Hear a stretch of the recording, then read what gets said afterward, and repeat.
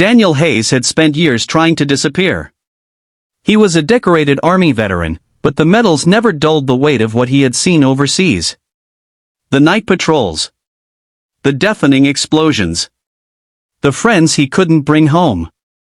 When his wife passed away unexpectedly, leaving him with their 8-year-old daughter Lily, Daniel quietly built a life of silence in a cabin deep in the Montana woods.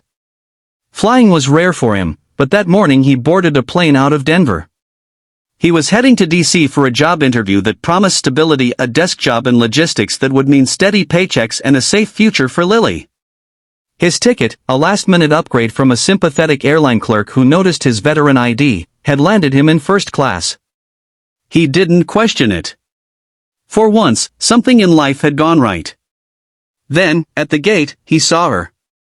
A woman covered in visible scars, her hands drawn tight, her face partially grafted from reconstructive surgeries. She walked slowly, bracing herself with every step. People stared, some turned away, some whispered. Daniel noticed the way her eyes stayed low, as if she was bracing not just against pain, but against judgment. The flight attendant tried to guide her to a cramped seat in the back. Daniel felt something stir in his chest. He didn't plan it, didn't weigh the cost. He simply stood, pulled his carry-on from the overhead bin, and walked over. "Take my seat," he said softly. The woman blinked, startled. "No. I couldn't." "You can," Daniel replied, his voice steady. "You should." And before she could protest again, he handed his ticket stub to the attendant. Daniel walked back to economy, squeezing into a narrow seat beside a snoring businessman. He didn't think much of it after that. It was just the right thing to do. But as the plane cut through the clouds, Daniel noticed the woman glance back at him, her eyes shimmering not just with gratitude, but with something deeper. She knew what it felt like to live with scars.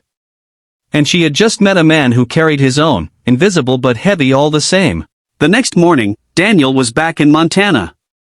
The cabin smelled of pinewood and coffee.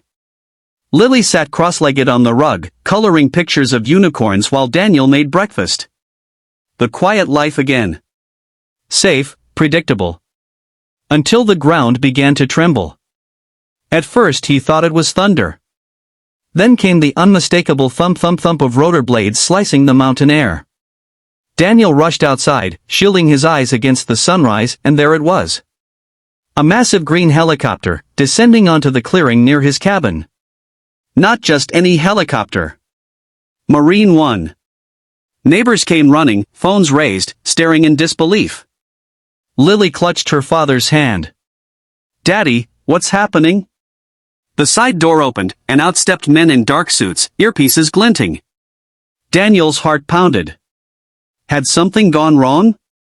Was he in trouble? Then he saw her, the woman from the flight. She wasn't alone. Beside her stood the President of the United States. The world seemed to stop. The woman walked toward Daniel, her scars no longer hidden.